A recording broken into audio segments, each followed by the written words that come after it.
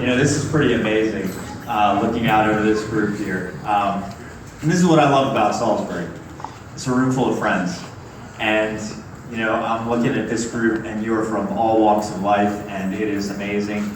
And I just can't thank you enough for being here. You know, first and foremost, I want to say thank you to my family for being here.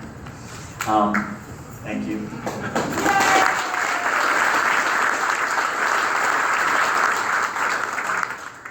And to the lovely ladies that just walked off the stage, my bride, you knock me out always. And to that little lady you're carrying, I can't wait to meet her.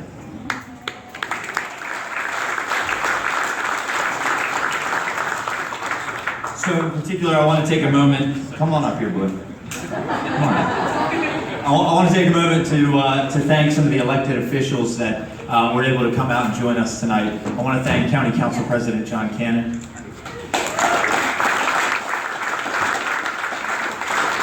Salisbury City Council Vice President Laura Mitchell. Wycomico County Councilman Ernie Davis. I believe we have Democratic Central Committee members Lee Whaley and Connie Strott in the room.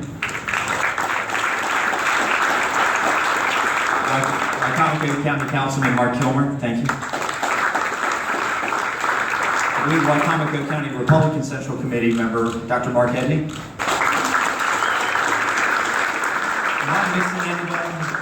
Am I missing anybody? Okay. Well, and former Secretary of Planning Rich Hall, Maryland Secretary of Planning.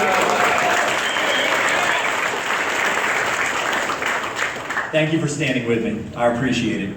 And I also want to say thank you to those elected officials who couldn't be here tonight, but passed along their support. I really want to thank Matt Massarello, Matt Holloway, Jack Heath, good friends. But I want to take a special moment also to thank someone who couldn't be here tonight, I know, but I want to thank and applaud our current mayor for the 6.5 years that he's given this city transformative leadership. And though we may approach things differently, our priorities and our passions are similar. Our downtown, everybody knows that. Our neighborhoods, our river, and our safety. Thank you, Jim Ireton, for your constant support and for having Bury tattooed on your heart.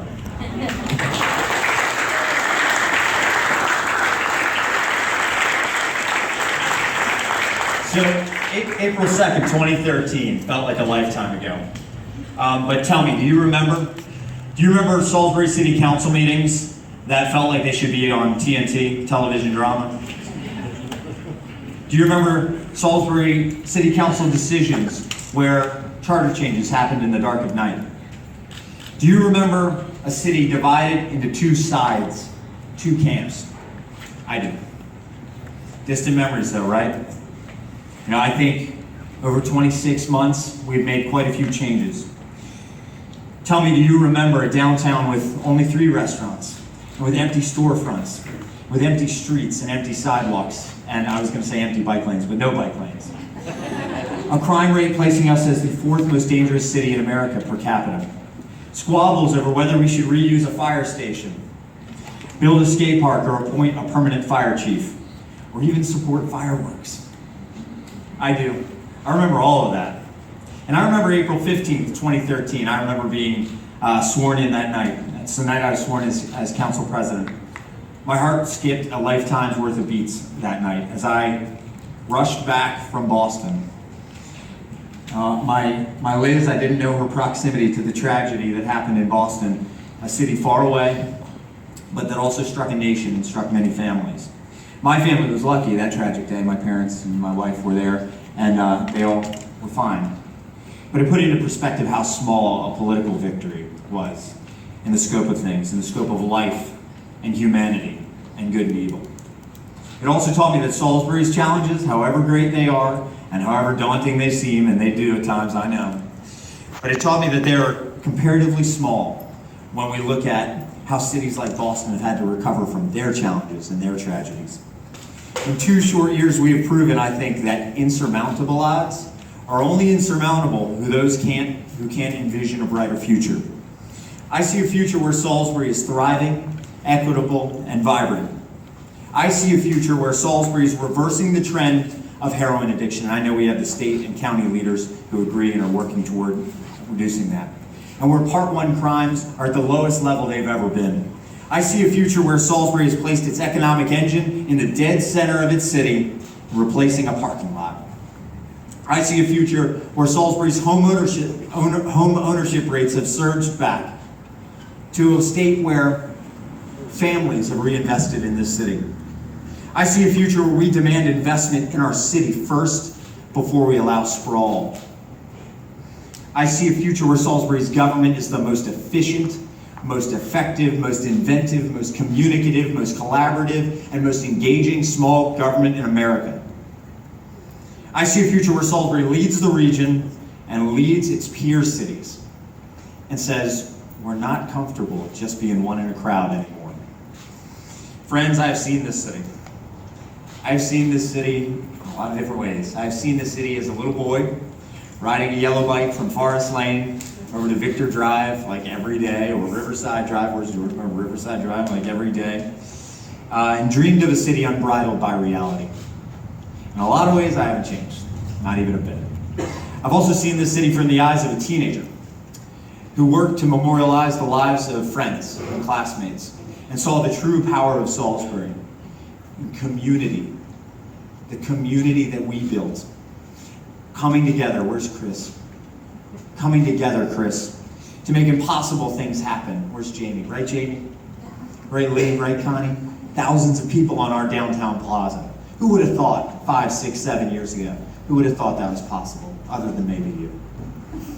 I've seen the city from the eyes of a soldier and an officer who knows that servant leadership, mission focus, resource priorities, and an unwavering sense of duty leads to victory.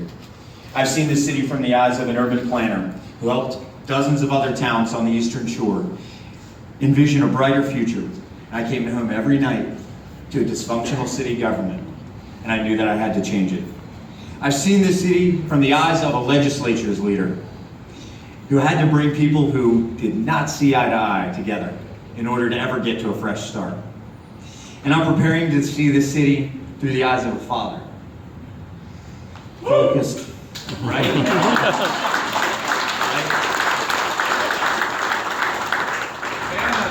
Focused, watchful, and protective.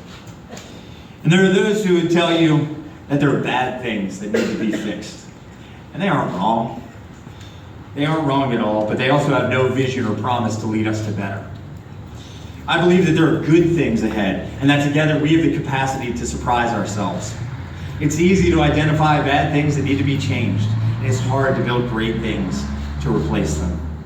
But folks, we've been building great things. We created the largest economic development incentive in the city's history with the EDU-free zone, and we're standing in it tonight. We watched more real estate activity and more bars and restaurants materialize than any other point in this downtown's history. We have taken our meetings out of council chambers, am I right, and put them out into our neighborhoods, in our churches, in our community centers, through our coffees with your council. We have fought the brain drain by launching the Salisbury Youth Civics Council. We have made the greatest increase to the police force in the city's history by adding 16 positions in 2014. We launched the Downtown Trolley, a project listed in the 1965 and 1981 plans as the #1 priority. Some things take time, right? And finally, we approved this project. We approved this project where we stand tonight, right? And then we made it happen. We approved River's Edge Apartments, 6 different bike lanes, bed and breakfasts, and a skate park, and I could go on and on and on, because ladies and gentlemen, we have only just begun. The Renaissance of Salisbury, to anyone who's heard me talk in the last 2 years, I've said it to you, the Renaissance of Salisbury may be afoot.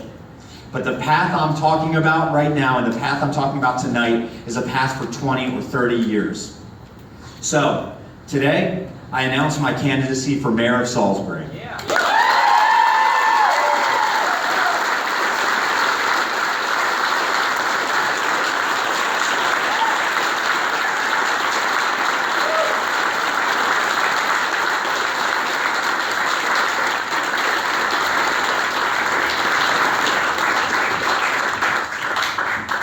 and I announce my candidacy for mayor of Salisbury because I want to give Salisburyans a city they deserve and a city government you can believe in. Because I believe in a day where each one of us is beaming with pride when we talk about our city. Do you? I hope so. You believe in a day where US 13 doesn't look like any town USA, but it looks like Salisbury? Yes. I do too. I do too. Do you believe in a day when the safest place for our kids to play is in the neighborhood playground just down the street? Yes. I do too. Do you believe in a day where a graduate from Bennett High School says to herself that the best place to start my business and to raise my family is in Salisbury? Yes. I do too. You better believe I do too.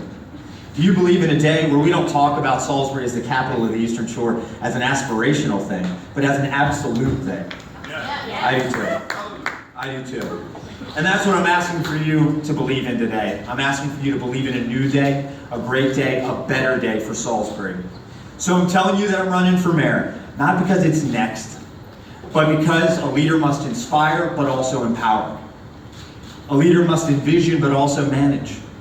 And as a leader, I'm prepared to give you 24/7, 365 for as long as it takes to make this the greatest small city in America.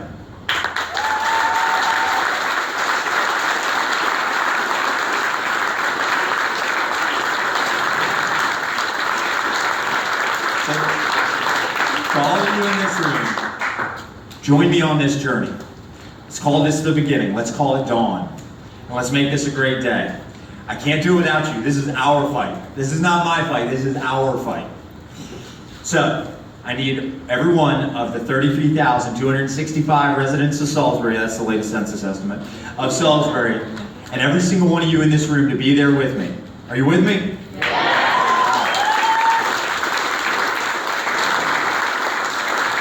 So let's make this our best day yet. Thank you very much, Salisbury.